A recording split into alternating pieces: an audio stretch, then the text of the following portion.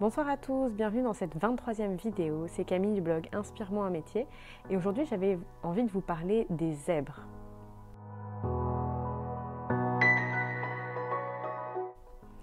Alors qu'est-ce que j'entends par zèbre? Non, je ne vous parle pas de ces beaux animaux de la savane. Je vous parle d'une appellation, finalement d'un nom que Jeanne Sio Fachin, qui a écrit Trop intelligent pour être heureux, à donner finalement à toutes ces personnes qui sont surdouées ou au potentiel. Alors le mot zèbre vient finalement du zèbre, de l'animal, qui est le seul animal que l'homme n'a pas réussi à apprivoiser. C'est un animal qui en même temps utilise ses rayures qui le distinguent pour se dissimuler aussi dans la savane. Et voilà d'où elle a trouvé ce nom qui est, je trouve, en effet plus fun que HP ou surdoué.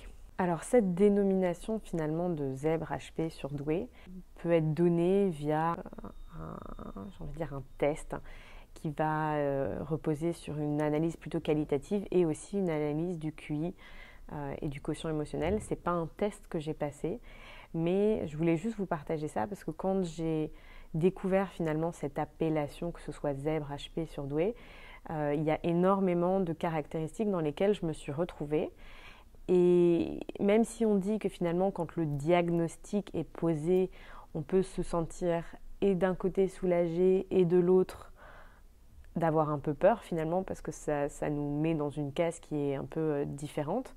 Moi, ça m'a fait du bien parce que ça m'a permis, même si je ne sais pas du tout si je suis ou pas zèbre, ça m'a permis finalement, je ne sais pas, de me reconnaître dans une liste de caractéristiques et du coup de me rendre compte que dans mon entourage maintenant, j'avais énormément de gens qui fonctionnaient comme moi et que ça simplifiait énormément finalement mes interactions et que ça me faisait beaucoup de bien. Alors si je partage avec vous certaines des caractéristiques finalement qu'on retrouve chez les zèbres, on va avoir toute une part qui est très émotionnelle. Ce sont des personnes qui sont très sensibles. Par exemple, moi, je sais que depuis le burn-out, je suis très sensible à tout ce qui va être bruit.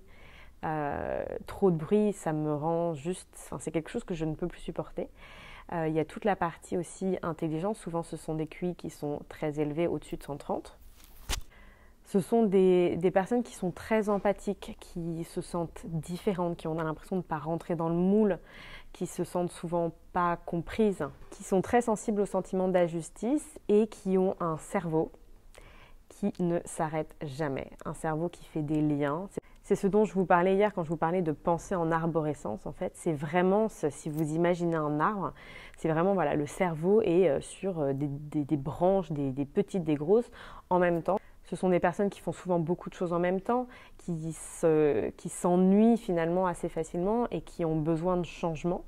C'est vraiment cette idée que le cerveau finalement va faire constamment des liens entre différentes zones, différents sujets, différentes personnes qui ont potentiellement rien à voir si on regardait ça de l'extérieur. Donc il y a vraiment ce fonctionnement qui fait que on peut lier tout d'un coup deux choses qui n'ont rien à voir, mais le cerveau va faire des connexions et le cerveau ne s'arrête jamais. D'où l'intérêt de faire de la méditation comme je vous en parlais hier. Ce sont aussi des personnes qui apprennent très vite, qui sont souvent autodidactes, qui ont une immense imagination et qui sont souvent assez matures, qui ont tendance à être entourées de personnes plus âgées, surtout quand elles sont enfants.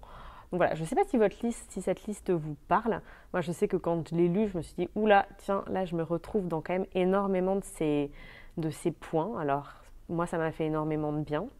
Et donc, c'est vrai qu'il y a souvent un sentiment potentiellement d'imposteur qui peut, ou de « bah non, pourquoi moi ?» qui peut s'associer. C'est vrai que ça a été le cas aussi pour moi, surtout que je n'ai pas fait les tests. Parce que quand on dit HP ou surdoué, on a l'impression qu'on est plus intelligent. Et non, en fait, là, moi, je ne me reconnais pas du tout là-dedans. Par contre, c'est vraiment une intelligence qui est différente. C'est un fonctionnement du cerveau qui est différent par rapport à la majorité des gens. Et donc voilà, j'avais envie de vous partager ça parce que le fait de pouvoir mettre cette étiquette, mine de rien, sur toutes ces caractéristiques-là, ça m'a vraiment permis finalement de mieux me connaître, de pouvoir comprendre davantage comment je fonctionne, de pouvoir me rendre compte qu'il y avait des choses qui sont normales par rapport à ce fonctionnement-là et que du coup ça sert à rien que j'essaye de me battre contre elles, mais par contre que je les accepte et que j'essaye de fonctionner avec. Donc c'est vraiment voilà, comprendre ces mécanismes, bien apprendre à gérer son énergie. Vu qu'on est sur énormément de choses en même temps, ça peut être vraiment très fatigant et donc ça peut passer par mettre en place, comme ce qu'on disait, la méditation pour essayer de mieux gérer cette énergie. Donc voilà, je voulais vous partager ça parce que c'est vrai que les zèbres sont souvent très sujets au burn-out et que sans mon burn-out, je ne me serais pas du tout intéressée à ce sujet-là. Je n'aurais probablement pas lu ce livre Trop intelligent pour être heureux que je vous recommande. Et voilà, si ça vous parle, si vous avez des questions, n'hésitez pas, likez cette vidéo, partagez-la, taguez vos amis et posez-moi éventuellement des questions parce que c'est vrai que c'est un sujet auquel je me suis intéressée. J'ai lu pas mal dessus et c'est vraiment super passionnant. Voilà, je vous dis à demain pour une nouvelle vidéo et je vous souhaite une magnifique fin de journée.